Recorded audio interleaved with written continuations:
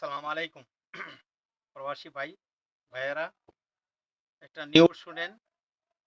বর্তমান ৩০ জনের যে আপনার পার্টনার ভিসা করতেন, ওই পার্টনার ভিসার আপাতত কোটা দেয় নাই। কোটা বন্ধ করে দিছে। এখন বিকল্প কি বুদ্ধি করবেন?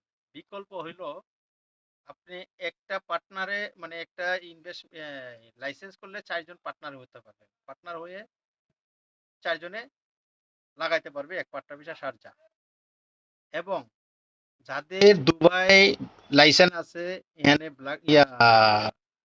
ওই রিনিউ হয় নাই, আপনার ইমিগ্রেশন ব্লক হয়ে গেছে, ওইটা সমস্যা নাই।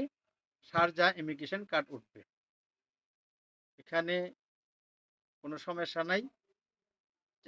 এক লাইসেন্সে 4 জন পার্টনার চলবে। আর আজমানে লাইসেন্স বানাতে গেলে এক লাইসেন্সে 2টা পার্টনার ভিসা উঠবে, এলএলসি।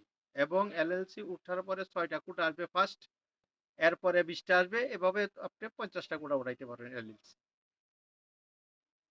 এটা খরচ টোটাল হবে মেরা টোটাল খরচ হইব প্রায় 22,000 থেকে 23,000 টাকার মতো খরচ হবে যদি আপনারা লাইসেন্স করেন। তাই এই মানে আমার নাম্বারে যোগাযোগ করেন 055 128 7780। ওকে, আসসালামু আলাইকুম।